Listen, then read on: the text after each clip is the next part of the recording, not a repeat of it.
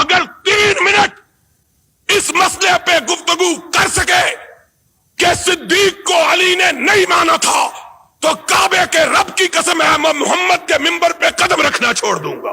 اور نہیں مانتا نہ مان, تیرے ماننے سے کیا فرق ہے؟ ہم سے کیوں لڑتا ہے؟ لڑنا ہے تو حسین کے نانے سے جا کے لڑ, جس نے اپنی زندگی میں صدیق کو اپنے مسلح پہ کھڑا کیا, ان سے جا کے لڑ. آج نہیں لڑتا تو قیامت کے دن لڑ کے دیکھ لینا. تیرا شمار محمد کے ساتھ لڑنے والوں میں ہوگا, ہمارا ساتھ محمد کی بات پہ گردن کے جھکانے والوں کے ساتھ ہوگا. تو کون ہوتا ہے نہیں مانتا؟ اور نہیں مانتا تو علی کو پوچھ اس نے کیوں مانا تھا. اور آج بات آئی ہے تو سن لو, یاد رکھنا بات کو. اور خدا کے فضل و کرم سے علماء کو مخاطب ہو کے کہتا ہوں کہ تم نے بھی یہ بات کبھی نہ سنی ہوگی. نبی کی سنت کے 3 طریقے ہیں اس بات کے. سنت کہتے ہیں قولی سنت کو, نبی کے قول کو, نبی کے فعل کو, نبی کی تقریر کو. ایک بات نبی نے کہی وہ سنت ہے, کر کے دکھائی وہ سنت ہے, کسی کو کرتا ہوا دیکھ کے اس کو اس پہ ثابت رکھا وہ سنت ہے.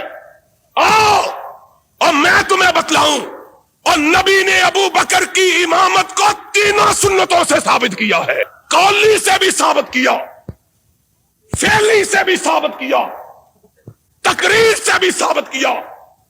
غشی تاری صحابہ مسجد نبوی میں دم بخود بہتے حجرہ عائشہ کی طرف دیکھ رہے ہیں. اس کے حجرے کی طرف دیکھ رہے ہیں جس کا نام تجھ کو گوارا نہیں ہے. اس کے حجرے کی طرف کہ قرآن نے جس کو مومنوں کی ماں کہا ہے, اور جو اس کو ماں نہیں کہتا وہ مومن نہیں ہے, اور جو مومن ہے عائشہ اس کی ماں ہے, اور عائشہ جس کی ماں نہیں وہ مومن نہیں. قرآن کا فیصلہ ہے. ازواجہ تمہارے ماننے سے کیا فرق کرتا ہے؟ حجرہ عائشہ کی طرف نگاہ کیے ہوئے, اذان ہو چکی, نماز کا وقت آ چکا ہے, کواڑوں کی طرف نگاہیں لگائے کہ کونین کا تاجدار آئے اور ہماری امامت فرمائے. وقت بیتتا چلا جا رہا تھا. بلال با چشم نم اٹھے, آقا کے دروازے کے قریب ہو کے کہا الصلاۃ الصلاۃ, نماز. اندر سے کوئی آواز نہیں آتی. بلال کی آواز ٹوٹ جاتی ہے, دل شکستہ ہو جاتا ہے.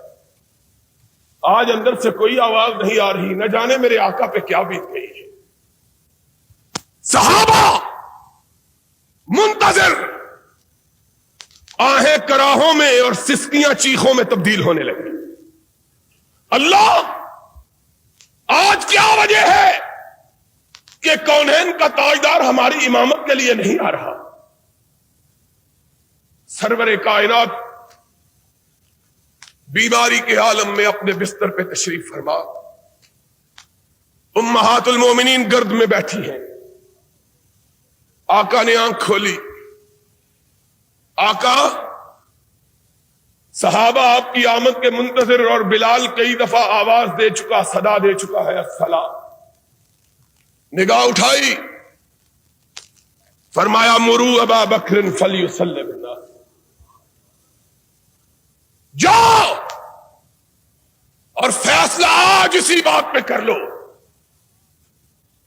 کب کہا, کس کو کہا اور کیا کہا؟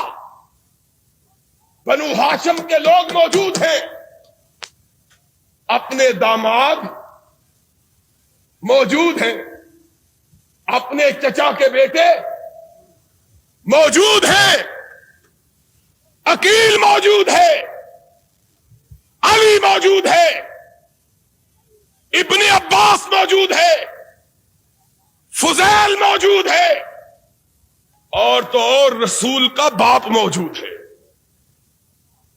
وہ باپ جس کے متعلق آقا کائنات نے کہا تھا ان عباس امی سن وہ ابھی، عباس میرا چچا ہی نہیں محمد کا باپ بھی ہے۔ اور وہ عباس جب جنگ بدر میں قیدی تھا اور قیدیوں کے ساتھ بنا ہوا تھا تو صحابہ کہتے ہیں ہم نے آقا کے خیمے پہ نگاہ ڈالی، دیکھا کہ آقا کے خیمے سے سسکیوں کی آواز آ رہی ہے۔ لوگ اجازت پا کے حضور میں حاضر ہوئے، یا رسول اللہ آپ اور آپ کی آنکھوں میں آنسو؟ فرمایا میرا چچا عباس قیدیوں میں بندھا ہوا ہے، محمد کو چین کیسے آ سکتا ہے؟ وہ چچا عباس ایمان لا چکا، اسلام قبول کر چکا اور سرور کائنات کے دست مبارک سے خلعت فاخرہ حاصل کر چکا۔ صرف چچا ہی نہیں، بنو ہاشم کا سردار بھی۔ اور کیا کہوں، تمہاری روایات کے مطابق حسن بھی موجود ہے، حسین بھی، لیکن امامت کے لیے میرے آقا تو نے پکارا تو کس کو پکارا؟ یہ سارے موجود۔ کہا مرو ابا بکر فلیصلی بالناس، جاؤ میرے چچا عباس کو کہو، میرے داماد علی کو کہو، میری دو بیٹیوں کے شوہر عثمان کو کہو، میرے لختے جگر حسن کو کہو، فاطمہ کے جگر گوشہ حسین کو کہو، تم پیچھے کھڑے ہو جاؤ، عائشہ کا باپ آگے کھڑا ہو جائے۔ مرو ابا بکر فلیصلی بالناس، جاؤ ابو بکر کو کہو آگے کھڑا۔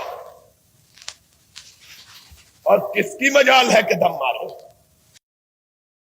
کوئی اعتراض کر کے دیکھے تو صحیح، اور اعتراض کرنا تھا تو اس دن کرتے،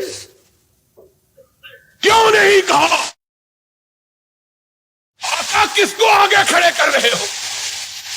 کون بولے؟ کس کی مجال ہے کہ لفظ آئی؟ اور صدیقہ بولی، میں نے کہا کہ بولی نہیں، عرش والے نے بلوایا تاکہ بات پکی ہو جائے۔ کہا یا رسول اللہ کسی اور کو کہہ دیجیے۔ نگاہ اٹھائی، فرمایا لا ينبغي لقوم ان يكون فيهم ابو بکر ان يؤمهم غيره، ابو بکر کے ہوتے ہوئے کوئی دوسرا محمد کے مصلی پہ کھڑا ہونے کی جرت کر سکتا ہی نہیں ہے۔ مرو ابا بکر فلیصلی بالناس، جاؤ میرے صدیق کو کھڑا کرو۔ ہائے ہائے، تیسری مرتبہ پھر خدا نے کہلوایا، آقا کسی اور کا مسئلہ کس طرح پکا کر رہا ہے۔ کہا یا اللہ ہو والمؤمنون الا ابا بکر، فرش والے بھی نہیں مانتے، عرش والا بھی نہیں مانتا، نہ فرش والے مانے نہ عرش والا مانے، تو اکیلے ابو بکر کو مانے۔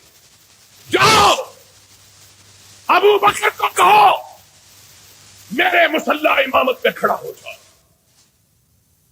بلال نے تب دستک دی، اندر سے ارشاد ہوا جاؤ میرے صدیق کو میرے جیتے جی میرے مصلی پہ کھڑا کر دو، کہ آنے والے جب کوئی اعتراض کرے تو کسی اور پہ نہ کرے، محمد پہ کرے، تاکہ اپنا ناتا تو اس سے توڑ لے۔ اعتراض کرنا ہے تو اس پہ کرو۔ اور سنو، قومی سنت یہاں ثابت ہوئی، اور صدیق کی امامت کے لیے محمد کی تینوں سنتیں اکٹھی ہو گئی۔ کھڑے ہو گئے، ارشاد ہوا مجھ کو اٹھاؤ۔ آقا کیا بات ہے؟ فرمایا میں بنو ہاشم کو دیکھوں میرے ابو بکر کے پیچھے ہیں کہ نہیں ہیں؟ میں دیکھوں تو صحیح کہ پیچھے کون رہا ہے، کون ہے جس نے حکم سے سرتابی کی، کون جو میرے کھڑے ہوئے کو نہیں مانتا، جس کو میں نے آگے کیا ہے کون ہے جو اس کو پیچھے کرتا ہے؟ دیکھوں تو صحیح۔ آقا کائنات اٹھائے گئے، حجرہ عائشہ سے قدم باہر رکھا، صفوں پہ نگاہ ڈالی، آسمان کی طرف رخ کیا، چہرہ گلنار ہو گیا۔ اللہ تیرا شکر، اپنے جیتے جیتے اپنی امت کو ایک امین کے سپرد کر کے جا رہا۔ باہر نکلے اور کونین کا تاجدار سچا نبی تھا۔ باہر نکلا، صحن مسجد خوشبو سے مہک اٹھا کہ محمد کریم آئے اور خوشبو نہ پھیلے۔ صحابہ نے خوشبو سونگھی، حدیث کے الفاظ کھنکارنا شروع کیا تاکہ ابو بکر کو پتا چل جائے کہ امام اعظم آ گئے ہیں، اعظم آ گئے، پیچھے ہٹ جائے۔ خوشبو صدیق نے بھی سون لی اور پیچھے ہٹنے لگے۔ کائنات کے امام نے کندھے پہ ہاتھ رکھ دیا، فرمایا جس کو محمد نے آگے کیا ہے وہ پیچھے نہیں ہٹ سکتا۔ فعلی سنت سے بھی صدیق کی امامت کو ثابت، پھر اس سے بھی آگے نماز جاری رکھو۔ محمد نے بھی اسی صف میں کھڑے ہو کے نماز کی نیت باندھ لی جس صف میں صدیق کھڑا تھا۔ تینوں سنتوں سے ثابت کیا۔ اعتراض کرنا ہے تو محمد پہ کرو، ہم پہ اعتراض کیا کرتے ہو؟ ان پہ کرو جس نے آگے کیا ہے، یا ان تین اماموں پہ کرو جس نے آگے اس کو کھڑا کیا جانا مان لیا ہے۔ علی پیچھے کھڑے، حسین، اور بولو حسین، حسن، اور تمہارا عقیدہ یہ ہے کہ ان کی پشتوں میں باقی 9 بھی زندہ تھے۔ اگر باقی 9 بھی زندہ تھے تو 12 کے 12 جس کے پیچھے کھڑے ہیں، تمہیں اس کے پیچھے کھڑے ہوتے ہوئے کیا تکلیف ہوتی ہے؟ جس کے پیچھے 12 معصوم کھڑے، تمہیں اس کے پیچھے کھڑے ہونے میں کیا ہے؟ بات کیا کرتے ہو؟